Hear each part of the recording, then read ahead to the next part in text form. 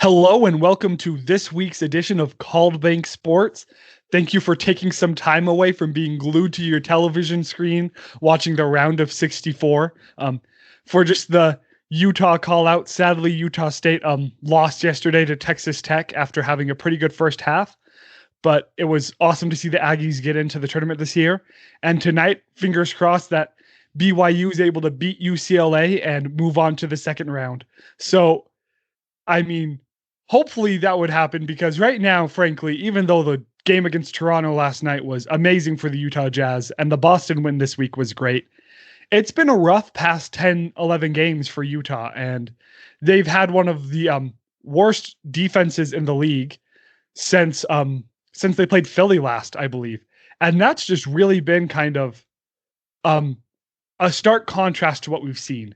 I still believe that they have the number one ranked half-court defense in the NBA currently, but their transition defense has been absolutely horrendous, and that's what's really hurt the Jazz, especially against the Wizards on Thursday. So the Jazz definitely were absolutely flawless, more or less, for those 25, 26 games in the first half, and now we're kind of coming back down to earth as Jazz fans. So Dale, what has kind of been your take, and why do you think that? What are you taking away from the Jazz kind of collapse as is right now? Well, you brought up a really good point there of the transition defense, and this wasn't something that I talked about much when we were winning, but I was noticing that whenever a team got out on transition against the Jazz, like it was an easy bucket for them every time. But what I was noticing is, even with the Jazz turnovers, I don't know what was happening, whether teams just weren't pushing the ball enough against the Jazz, or the Jazz were just good at stopping the transition before it was actually a transition situation. So that's something I was noticing. So that's something to be concerned about. Maybe teams are figuring out you just have to push the ball and play fast pace against the Jazz. At the same time, though, with the defensive pieces they have, I'm sure they'll figure that out. But we were kind of talking before we hit the record button, and it's kind of funny how right now, like just before the All-Star break and just after, is really similar to how they started the season. And so maybe they just kind of got out of rhythm right there. They're taking a few tough games. They win some, they lose some, and then they'll get back into rhythm and start winning. So I don't know. What do you think's going on? Do you think there's any specific thing you need to fix, or they just need to get back into rhythm? I think they need to get back into rhythm. I think one thing is what the Jazz have done so amazingly is they've played team basketball, which involves a lot of passing out of the paint and a lot of passing around the perimeter. And as teams are working to take that away, it makes it hard for the Jazz to be in the rhythm that they want to be in, to get as many wide open catch and shoot threes or just good 3-point looks. And if the ball doesn't go down into the hoop, then it's a fast break opportunity the other way pretty much every time. So I think that's where you see a big difference is if shots are falling for the Jazz and they're getting it in, then the other team isn't able to play nearly as fast and isn't able to exploit that weakness. So the Jazz have had a terrible offense the last 7 or 8 games in the first quarter. They're less than 1 point of possession, which you never want to be in the NBA. It means you're going to lose the game. And so while they've come back and had really good offensive games, like they had a really good game against the Wizards, but they were never able to really come back from a terrible first quarter. So that has been something that the Jazz have struggled with all year, is starting games strong, but they've been starting them even weaker as of late. So I think that there's maybe a level of lackadaisicalness that the Jazz have, that the winning kind of got to the Jazz guys' heads. And Rudy Gobert put it perfectly when he said, "We haven't accomplished bleep." The Jazz really haven't accomplished anything. There's no award for having the number 1 seed March 20th, 2021, other than maybe like feeling good. But if you lose it, you're not going to feel good in come playoff time. So I think that this is really good for the Jazz to learn through some adversity here. And they definitely have an easy schedule for the rest of the season that they can come back with And that's why I think they're still going to get the 1 seed, is because there's not enough good teams on their schedule to really put them in jeopardy of losing it. And if they do lose it, then I don't know if they really deserved it ever in the first place.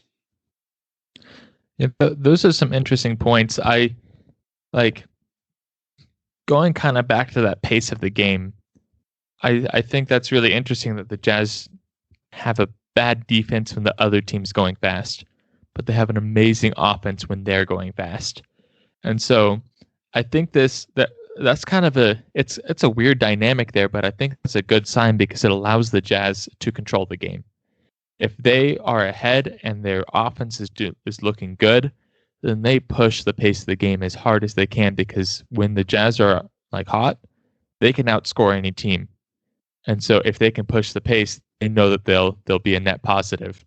But then if they're trying to come behind, if they're trying to come back, or they're not shooting as well, then they can forcefully slow down the game when they're on offense and like really take up the shot clock, make sure that you get the best shot every possession, and that will increase your field goal percentage, which will decrease fast breaks, and then that will let the Jazz get back on defense, get the stops when they're good at getting stops. And so I think that like it's obviously tougher said than done, but I think with the talent the Jazz have, and even when they're not playing good, if they're proactive about it and they take control rather than letting the other team take control, kind of like what happened against the Wizards, then they'll still be able to win these games, even the tough games. Yeah, so I do have a question here. I kind of want to put you a bit on the spot. Since you said taking more of the shot clock and making sure you get a good look every possession.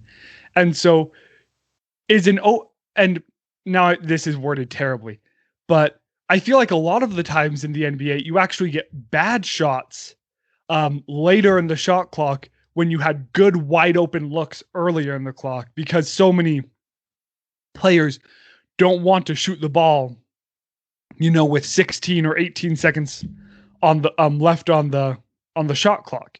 So is there a big difference for you there? Is a good shot, or do you think that there's something inherently better about a shot being taken later in the shot clock? Yeah, it's not necessarily later in the shot clock that makes it better. Like obviously, if you get a wide open 3 with Bojan in the corner with like early in the shot clock, that's probably the best shot you're going to get in that Well, possession. I don't know if I want Bojan taking any 3-pointers right now, even though he needs to get out of his slump. I don't know. I'd still like a corner 3 is the easiest 3, wide open. Yeah. He has the time to shoot it. He's going to be over 50% even in a shooting slump, I would bet, with that shot. Yeah. But the nice thing about having, like, if you have the mindset of you need to get early shot clock stuff, that is awesome when you're hitting your shots and you may be getting good shots, but 3-pointers are a lower percentage shot. If a lot of players on your team just aren't hitting them, then you don't want, like, obviously you want them to get, like, start hitting them, but sometimes, like, if you play basketball and you're just nothing's dropping, sometimes you just need to make a layup and then your shots start falling. And so I think if they're behind and their shots aren't falling, then if you come into the play with the mindset of, okay, here's a play that we're running, it takes some time to set up, but we have a really good chance at getting a good shot right at the end, then I think that's a good mindset. And they're planning for that, and they're playing a chess game for the full 24 seconds rather than just trying to pass it around, see what happens, and then, oh crap, 5 seconds are left. Give it to Clarkson, give it to Mitchell, and let them do an ISO, which they're both great at doing ISOs, but that's not going to lead to the best shot quality. Yeah, they're both great at ISO, and I'd say the Jazz do better with Jordan at ISO just because typically he's in the second unit. I feel like when Mitchell's on ISO, it's just a situation I never want to see the Jazz in, because it either means it's a close game late or it means the Jazz are getting pummeled. So Mitchell and ISO just isn't really necessarily good news for the Jazz. I just don't like being in positions where he has to be in there. But that's some really good, those were some really interesting points. And I think that shows where the Jazz need Gobert to go from, the all-star, superstar caliber defender and like offensive piece that he is. And I say offensive because he really does, even if it's not his him dunking the ball or him getting a layup. He really does add so much offensively to the Jazz. But if he's able to get better with having the ball in his hands and being in the post and getting it in the hoop consistently and up his scoring by a few shots a game, that would really just having him be able to play that well in the post by himself when the Jazz need a bucket like that, if he can go get it, that will take this team to like the next level. And that would really, I feel like, cement Rudy Gobert a lot more as an all-star caliber center in this league, even though I don't think he needs to do that. I think that would help with the perception of him. And yeah, I'm rambling at this point. So you say your thoughts on. Yeah, like imagine Gobert where he even gets half as good at the skyhook as Kareem. Like imagine Gobert with a skyhook. No one's he's long enough, he's tall enough. There's no one in the league who could stop that. And so if he can get good enough that when he likes his positioning in the post and he gets one or two of those a game, that can be huge, and it could eventually turn into like, if he can get that down, he'd be a monster scorer. So like I would love to see him go like study old school center scoring and really, if anyone can bring it back, Gobert could bring it back. And so obviously I bet he works most of his game on the defensive end, which is really where we need him. But if he could figure that out and get that comfortable enough that he could use it in game, he would be a monster. Like he could become an unstoppable offensive force as well. Yeah, I listened to the Toronto Raptors pre-game on Sirius XM yesterday since I was driving through Provo Canyon, so I wasn't able to listen to 1280, and they had like only a 10 to 12 minute pregame. The amount of respect that they had for Rudy Gobert, because even though he was questionable with a hip injury last night, that is literally the only Jazz guy they talked about the whole time, talking about how terrified they were to play him. So like that's just kind of for some outside perspective for the Jazz fans, where the respect that was there for him, not only on the defensive end, but saying, how are we going to stop him offensively? Because he's always a threat. If you can dunk the ball on your tippy toes, you're always going to be an offensive threat, even if you're not like an all-star caliber scorer. So I just feel like that shows how important Gobert is to this team. And if he took that one small step, that would be a really big step for him, would just change the outlook of this Jazz team for me in so many ways. Yeah, I would love to see him do something like that. And you bring up a good point. Like, I feel like a lot of people are sleeping on how good centers can be offensively, even if they can't shoot. Watching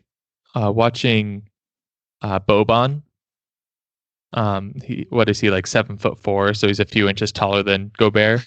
But it's like you put him out there and he's kind of like a cheat code. He's just so much bigger than everyone. If there's a rebound, he's in the area, he's going to get to it way before anyone else. Like, he's just so much taller that he just kind of lifts the ball up above his head and like just dunks it on someone without even jumping. And so that's kind of like Gobert's situation, where if he can feel comfortable in that post, then he can become kind of like a cheat code on offense as well. Yeah, definitely. Yeah, and honestly, like this is kind of us seeing from the outside in and seeing how we'd like to happen. Obviously, Quinn Snyder knows what he's doing. He's a smart coach, and obviously, I don't know how much time they put in that development-wise for Gobert. So, yeah, if he could get to that point, that'd be great. But maybe there's something that we're missing, and so dreaming. He put up a corner 3 against the Wizards. Probably the reason we. Did it go in? Did you see that play? No, I didn't. No, he got the ball inbounded to him with like 1.5 seconds left on the shot clock in the corner. So the only option at that point is to heave it. And sadly, Rudy Gobert still has 0 3-point makes in his career. Dwight Howard hit a 3 on the Jazz when we played Philly, and like he was open, so he just pulled up. It wasn't like a late shot clock, and he hit it. And like, have you seen Dwight Howard shoot threes before? Is that like a new thing?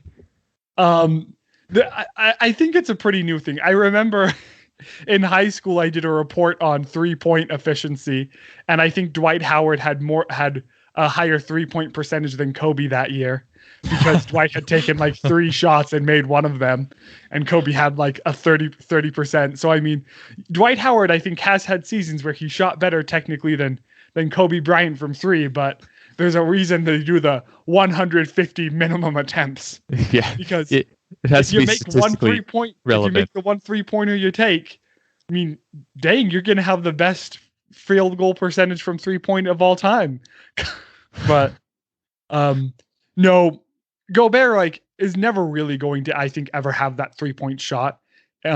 He's not comfortable enough with his length, like, and I don't even know if it's possible since I'll have to look at like Jokic's arm span, but Gobert's arm span I'm sure is much longer than Jokic's. So having to like move all of that just seems like there's so much more room for error, and that's one of the big reasons I think that big guys struggle from the free throw line is they have so much more body to move when Donovan can just like take his shot in half a second and move his relatively short arms, definitely short in comparison. Yeah, well, and you look at Giannis trying to shoot threes. Like Giannis spends tons and tons of time trying to get that jumper down, and he like hits them when he's open, but his shot looks really awkward. You can tell it's not really a consistent form that, unless he fixes something, like he's not going to be a regular 3-point shooter. And Giannis, I mean, Gobert is in that same boat as Giannis right there. Yeah. And Giannis is definitely athletic enough that I feel like he's able to dribble in a way that he could create space for himself. I don't think we're ever going to see Gobert dribbling between the legs a few times and then stepping back and shedding a defender. Yeah, the way that Giannis I don't want to see that. Hey, I want to see it. I don't want to see him try, but I want to see it happen. Because if it tries, it's a turnover and it's going back the other way. But I mean, if he did it, that would be insane. I'd be okay seeing it in like pregame shoot around. Yeah, we'll take it. So the other thing that's kind of been hurting the Jazz of late is both Clarkson and Bojan are on slumps, more or less. And Bojan had a good game, I believe, against the Celtics, but not Bojan, sorry, Clarkson. And looking at those players, like, if one of them plays a tiny bit better against the Wizards, we win the game. Like, it was that close at points. And so if Clarkson hits some of his threes or Bojan does it, then the Jazz win. So last night, Coach Q did something I did not expect. He benched Bojan to end the game and put Ingles in. So do you want to see more adjustments like this, which is why we won the game last night? Or do you want to see Quinn just put Bojan out there, let him shoot to his heart's content until he finally gets back in a rhythm? Or is there a mix that you prefer? Yeah, I hate saying mix because it feels like a non-answer, but I feel like it is mixed. Like, you still want to give Bojan probably a few less minutes, like keep him in the high 20s if he's not shooting well, but give him, that's plenty of minutes for him to get enough shots off, like get those game reps for him to like get comfortable there. But if Ingles is shooting better, if Ingles is a better defender, and I want him out there in those close games, in those final minutes. And like, I'm guessing what Bojan's going through is something really similar to like what Paul George was going through in the playoffs, where sometimes it's like shooting is such a mental game that sometimes your mind just isn't quite in the right place, and that can be really hard to get there. And that's what I'm guessing is you see those slumps happen. And so hopefully there's a game where he can just get hot and his mindset will be back that, okay, I can hit shots again. Yeah, I agree. I think it's hard because I do wonder how he felt about being taken out of the game for the end of it last night, because he's the guy who hit the game winner against Milwaukee last year and against Houston for the Jazz. Like, he's done some amazing things late game for Utah. So pulling him out really could be really damaging to like how he views himself, because I'm sure it's already pretty low right now. But what I've been saying is unless you're going to trade Bojan, which I know a lot of people do, and I'm not sure how I feel about that, we need him to be making shots in the playoffs. So I'd rather sacrifice games to hopefully let him get back in it. I do think, though, last night, I do think when I see there, it's important that there's a balance, though, because last night the Jazz really needed a win, especially after the loss to the Wizards. So maybe coach looks at it and says, can we lose this one? Like, what are the negative consequences of losing this one? And to the Wizards, it sucked. Hopefully it was motivating, but there weren't a lot. If you were to go lose to Toronto the next night, I feel like that would have been really bad for the Jazz. And so he went and made some adjustments to get a win. I'll be interested to see if we kind of see that where some nights he'll let Bojan finish and Bojan's doing terrible. And then other nights where maybe we feel like the Jazz need a win, you'll see Joe coming out and finishing the game. But that's kind of what I think we might see from Coach Q, because his job right now is to get Bojan back in a rhythm. And if that takes losing some games, having Bojan at 80% of what he was last season, I'll take 3, 4 losses, 5 losses to get Bojan back at that caliber. Yeah, and if he does get back to like what we were seeing him at peak Bojan last season, because we haven't seen that from him this season, and there's Jazz been like one or two games, but it's the Jazz have been consistent. Great still without that. So if he gets there, that just like solidifies the Jazz's like the position that they're in. But obviously, I'm guessing honestly, this whole year is probably going to be a little bit off. He missed a lot of time last year. He's still trying to I'm sure he's still trying to get the strength back from the surgery, because that can take longer than you think to get.